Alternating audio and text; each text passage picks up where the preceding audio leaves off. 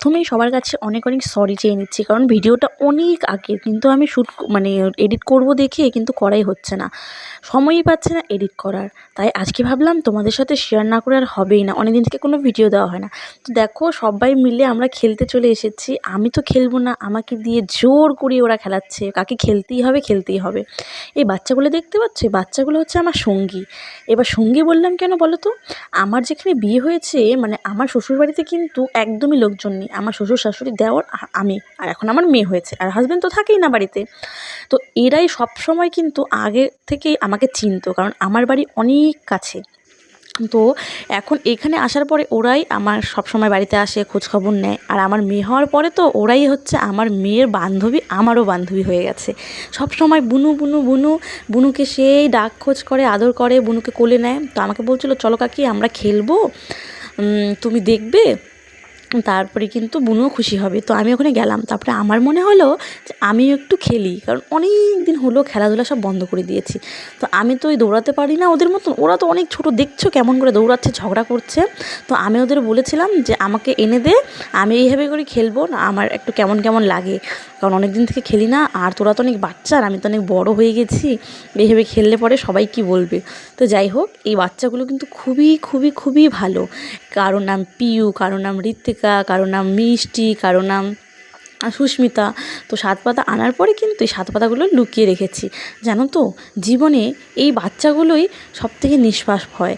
বাচ্চাদের মনে কোনোদিনও কোনো পাপ থাকে না, সবসময় ওরা নিষ্পাপ হয়। তাই যতটা পারবে বাচ্চাদের সাথে মিশবে। বড়দের সাথে মেশার থেকে আমার মনে হয় বাচ্চাদের সাথে মেশাই অনেক ভালো, কেননা বাচ্চাদের মনে কোনো জটিলতা কুটিলতা কিছুই থাকে না, তারা অনেক সরল হয়। আর এখানে দেখো আমরা কিন্তু পাতা লুকিয়ে রেখেছি, আর ওরা কিন্তু খুঁজছে, এই নিয়ে কিন্তু ওদের মধ্যে প্রচুর ঝগড়া লেগে গেছে। আর এই বান্ধবীগুলো, আমার মেয়ের এই বান্ধবী বা আমার বান্ধবী যাই বলো না কেন, এরা কিন্তু আমার খুদে সাবস্ক্রাইবার, আমার ভিডিও দেখতে প্রচুর ভালোবাসে। আর আমাকে বলছিল কাকি আমরা খেলছি, তুমি কিন্তু ভিডিও করবে আর সেটা কিন্তু ছাড়বে। তো ভিডিও করে রেখেছি, কিন্তু আমার ছাড়াই হয় না। তো আমাকে ওরা প্রত্যেক দিন এসে বলে কাকি ছাড়ো না কেন, ছাড়ো না কেন, আমি কিন্তু ভিডিও দিতে পারছি না। তারপরে খেলে টেলে কিন্তু সন্ধ্যার পরে বাড়ি চলে এসে তারপরে বলেছিলাম যে ছাড়বো, সময় পাই না তোর বুনুকে নিয়ে, তাই কিন্তু ছাড়া হয় না। তারপরে কিন্তু এই দেখো ছেড়ে ছেড়ে মানে আজকে ভাবলাম ছেড়ে দেবো ভিডিওটা, তাই এডিট করছি। তারপরের দিন সকালবেলা ঘুম থেকে উঠে রান্নার জোগাড় করছি। আজকে যেহেতু শনিবার নিরামিষ, তাই কিন্তু রান্নার জোগাড় করছি। আর এখানে মেয়ের খাবারটা বানাচ্ছি। আগে মেয়েকে প্রত্যেক দিন খিচুড়ি খাওয়াতাম, এখন না খিচুড়িটা খাওয়াই না, এত গরম পড়েছে দেখতে পাচ্ছ, যার কারণে কিন্তু খিচুড়িটা খাওয়াই না, ডালিয়া খাওয়াই সকালে।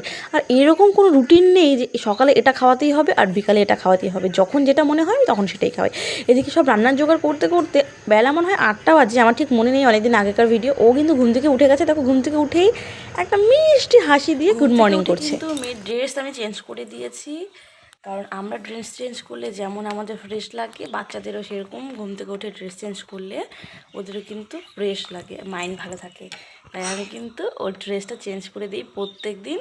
আর এখন দেখো ঘুম থেকে উঠে ও দুষ্টামি করা শুরু করে দিয়েছে। তো এখন আমি পুরো বিছানাটাকে একটু পরিষ্কার করে নিই।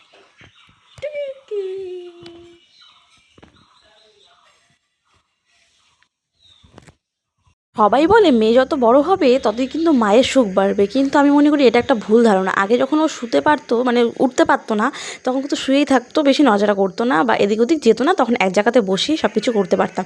কিন্তু এখন আমার মেয়ে এতটাই দুষ্টামি শিখে গেছে যে এক জায়গায় স্থির হয়ে বসে থাকতেই চায় না। এই দেখো মুখ মুছতে দিবেই না দিবেই না, ওকে জোর জবরদস্তি খেলনা দিয়ে তারপরে ওর মুখটাকে মুছাতে হবে, দিবেই না। ও কোনো সময় আমাকে পরিষ্কার করতে দেয় না বা কোনো সময় ওর এসে করতে দেয় না। ওকে ভালো মতন খেলনা টেলনা দিয়ে পটিয়ে পাটিয়ে তারপরে ওকে এসে করতে হয়। ঘুম থেকে উঠেই আমি ওর চুলগুলো বেঁধে দিই, কারণ চুলগুলো এত বড় হয়ে গেছে যে চুলগুলো ওর চোখে চলে আসে। তাই ঘুম থেকে উঠে মুখটা ফ্রেশ করিয়ে চুল বেঁধে দিয়ে তারপর ক্রিম লাগিয়ে দিই। তারপরে কিন্তু ওর খাওয়া দাওয়া যা বানাই তাই খাওয়াই।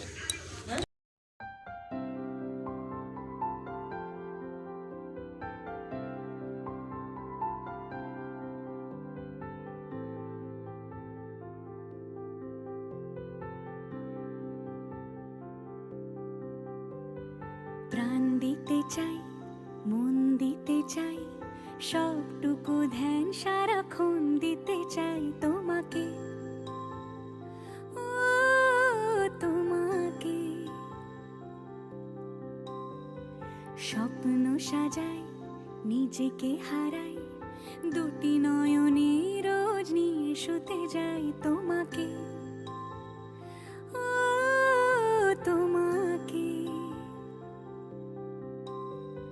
জেনেও তোমার আখি চুপ করে থাকে রোজ দুই ফোঁটা যেন আরো ভালো লাগে গানে অভিসারে চাই শুধু বারে বারে।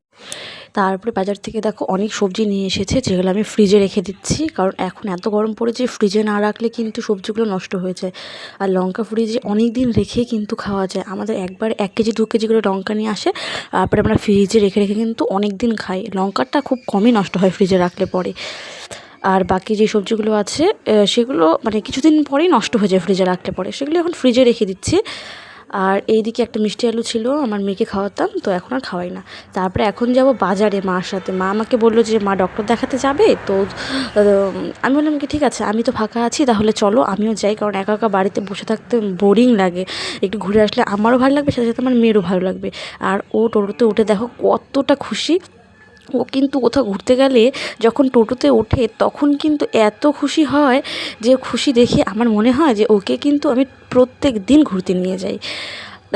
তার জন্য এখন থেকে ভেবেছি যে মাঝে মাঝেই ঘুরতে যাবো। আর যেহেতু ও বড় হয়ে গেছে, তো এখন ঘুরতে গেলে কিন্তু আমাদের কোনো প্রবলেম হবে না। আর দেখো কেমন করে ধরে যাচ্ছে যাতে ও পড়ে না যায়, ও এটাও জানে যেটা ধরে রাখতে হয়। আর এদিকে ও এত হাসছিল, আমি আর মা সেটাই ভাবছিলাম আর বলছিলাম। তো চলো আজকের ভিডিওটা এই অবধি, দেখা হচ্ছে নতুন কোনো ভিডিওতে। তো চলো টাটা।